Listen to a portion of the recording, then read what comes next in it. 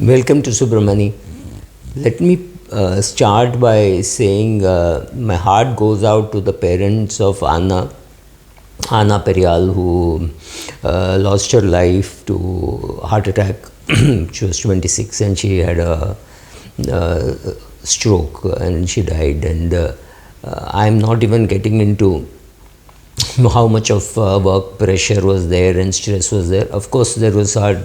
Of course, every 23-year-old and 26-year-old goes through tremendous stress as a chartered accountant in Big Four. But it is not to say that there is no stress related to exam.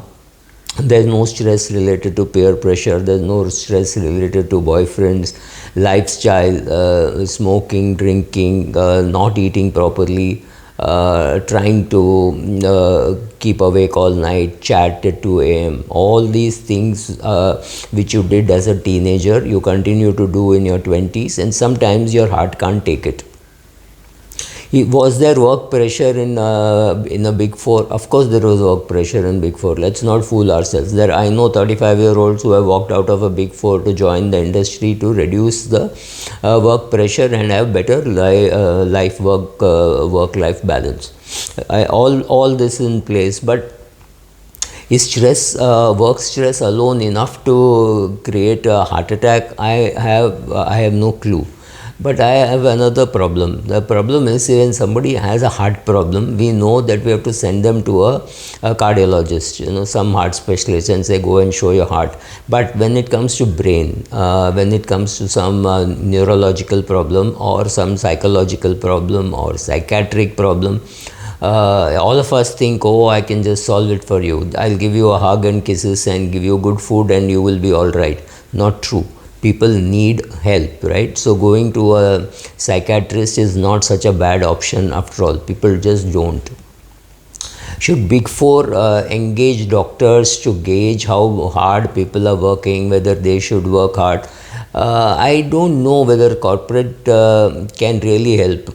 Corporate cannot say, oh, from today she is your buddy or he is your buddy and they will help you, right? Having a mentor, having all that is fine, but I don't know whether formally such structures can really be created.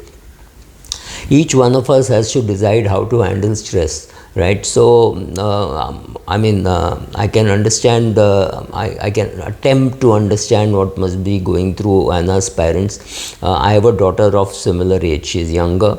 She's gone through enough stress because of her exams, but believe me, her exams stress was self-created. It was not created by parents. It was not created by society. She created herself by going through that, and she did academically, she did very well. She then worked, she did her articles in a Big Four, and now she's working in a big asset management company. Is she enjoying her work? Yes. When you enjoy your work, I think there is less stress.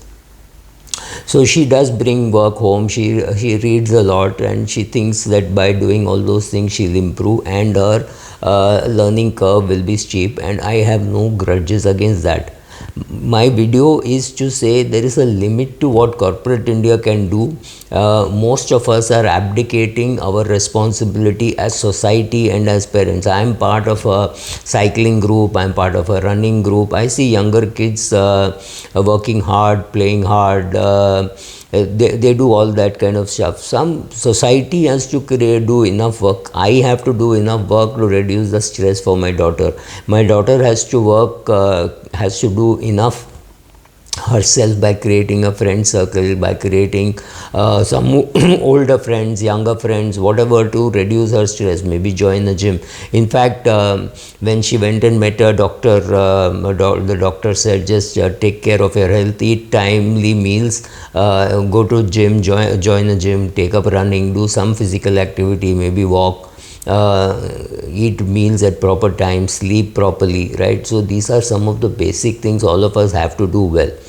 Anna kept telling her parents, Anna's parents took her to a cardiologist in July, so you can't even fault the parents. And let me just add, if your parents have not been from a corporate background, chances are they don't know how to handle corporate stress. They just don't know. They can't even understand why people should work so hard. Why should they come back home and work? Because if they have worked in a government service or something like that, they have had a reasonably less stressful life. They got pension, they got paid reasonably well. So they are unable to understand why should a person earning say 10 lakhs, 15 lakhs, whatever salary was in Ernst and Young, why should she work so hard to earn more money? Because it's not about money, it's about peer pressure, it's about everybody working there.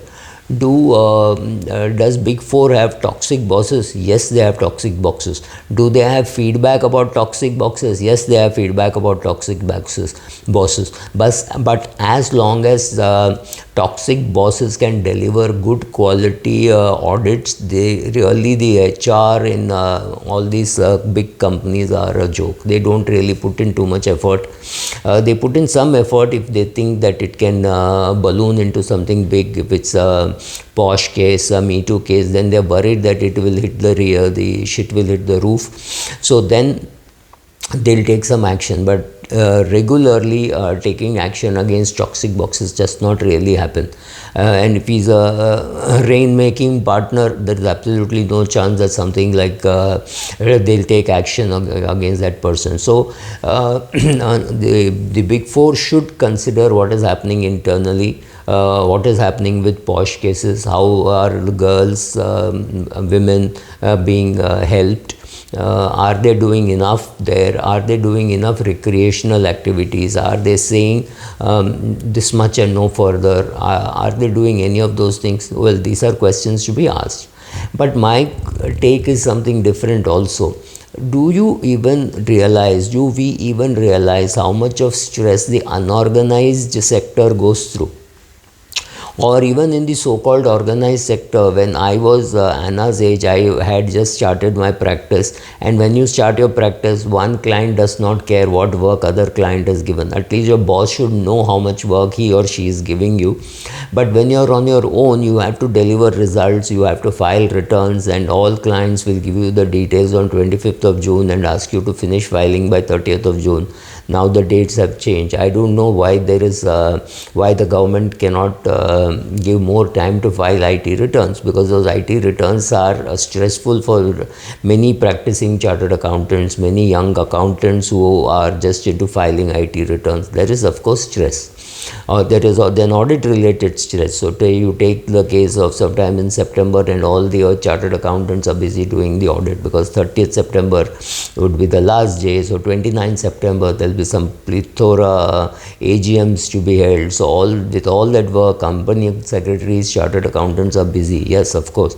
But look at I was just looking at a chaiwala near my house, and he and his brother run the stall.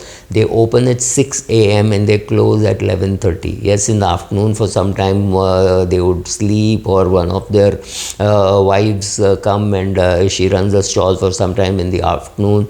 That happens. But then these are stalls which are run about 16 hours a day, 16 hours a day continuously, making tea, sitting, standing in a public place. There is no roof over your head, or there is a roof which leaks during monsoon. These are the working conditions under which the unorganized sector in India works. The people pulling carts, the farmers, right? So a few years ago, I went to a farmland where I had seen all the trees uprooted by cyclone, right? Your mango trees were all uprooted. This is near a place called Devghar, maybe 2 hours drive from Bombay, 1.5 hours drive from Bombay. And we saw all that happening, and we realized that all you get from insurance is the cost of one sapling. 25 years compounding has been taken away by one cyclone. So next 5 years, 7 years, that farmer will have no income.